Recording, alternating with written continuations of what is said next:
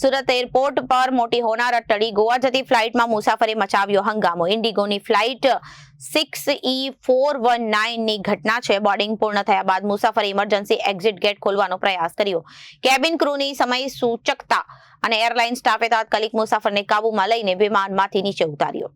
Cabin ક્રૂની સમય સૂચકતા અને airline સ્ટાફે તાત્કાલિક મુસાફરને કાબૂમાં લઈને વિમાનમાંથી નીચે ઉતાર્યો. આરોપીની ઓળખ જાહેર ઇમરજન્સી ગેટ ખોલનાર મુસાફર સુરતના પુના ગામનો જીતેન્દ્ર મણિયા હોવાનું ખુલ્યું. સીટ નંબર 19 પર બેઠો હતો. આરોપી અચાનક ગેટ ખોલતા જ વિમાનમાં અફરાતફરી મચી ગઈ. CISF એક્શન મોડમાં આવી અને ઘટનાની જાણ થતા સુરક્ષા એજન્સીઓએ કાયદેસરના પ્રોટોકોલ સાથે કાર્યવાહી કરી.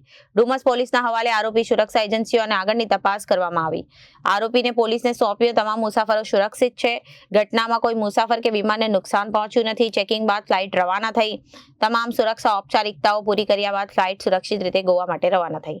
સુરક્ષા એજન્સીઓની અપીલ કે વિમાનના સુરક્ષા ઉપકરણો સાથે છેડછાડ કરનાર સામે સખત કાનૂની કાર્યવાહી થશે. Bureau report, Janadesh news.